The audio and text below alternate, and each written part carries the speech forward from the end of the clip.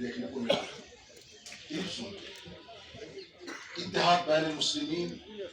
کا درد ان کے اتنا بڑا عالم ابلیس شیطان کے معلم الملک فرشتوں کا بھی استاد مفکر اسلام علامہ اقبال جن کا جو مثال بھی فرماتے ہیں کہ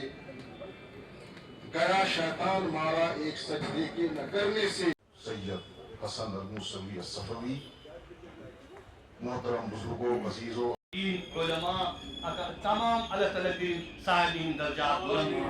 صلاة الفاتحہ اللہم صلی علی سیدنا محمد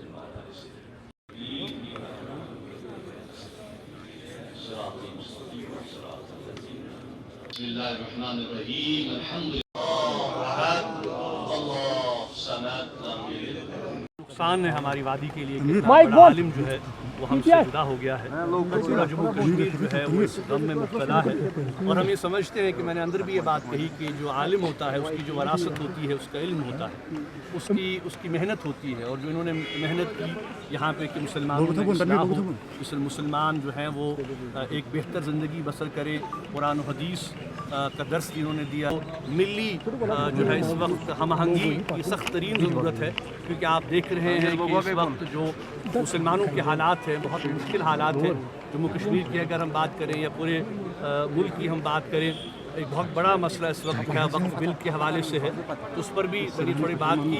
اور اس حوالے سے ہم نے ایک متفقہ فیصلہ لیا تھا جو ہماری متحدہ مجلس علماء ہے، جس میں کہ ہمارے تمام اکابرین ہیں، جس میں کہ ہماری جو ہے وہ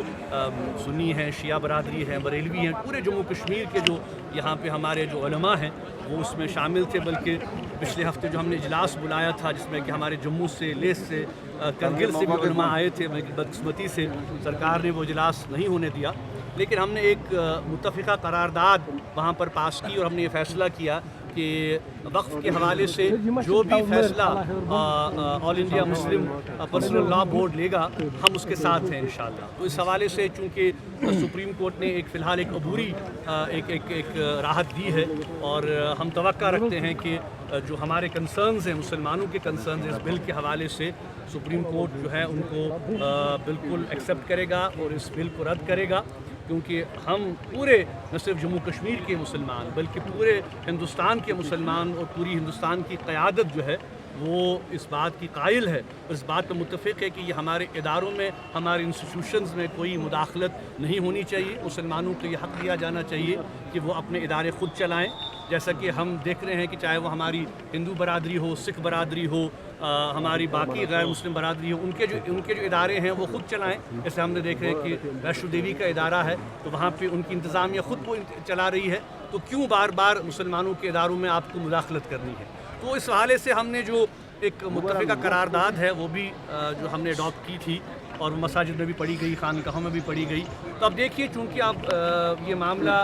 اب سب جوڈس ہو گیا ہے، ہم توقع ہی رکھ سکتے ہیں کہ جو سپریم کورٹ ہے وہ اس معاملے میں جو ہے وہ اپنا رول ادا کرے گی۔ اور دوسری اہم بات میں جو یہ کہنا چاہتا ہوں میڈیا کے توسط سے وہ یہ ہے کہ جو بار بار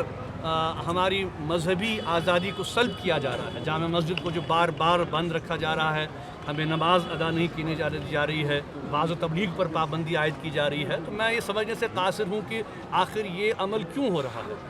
کیوں طاقت کے بل پہ ہماری آواز کو دبایا جا رہا ہے۔ ہم تو یہ بات کہہ رہے ہیں اور آپ یہ جانتے ہیں کہ جامع مسجد کا ممبر و محراب ہمیشہ سے اس بات کا داعی رہا ہے کہ تمام جو معاملات ہوں، چاہے وہ سیاسی ہوں، چاہے وہ ملکی ہوں، چاہے وہ بین الاقوامی ہوں، چاہے وہ مذہبی ہوں، چاہے وہ ملی مسائل ہوں، ہم نے ہمیشہ یہ بات کہی ہے کہ ہم گفت و شنید سے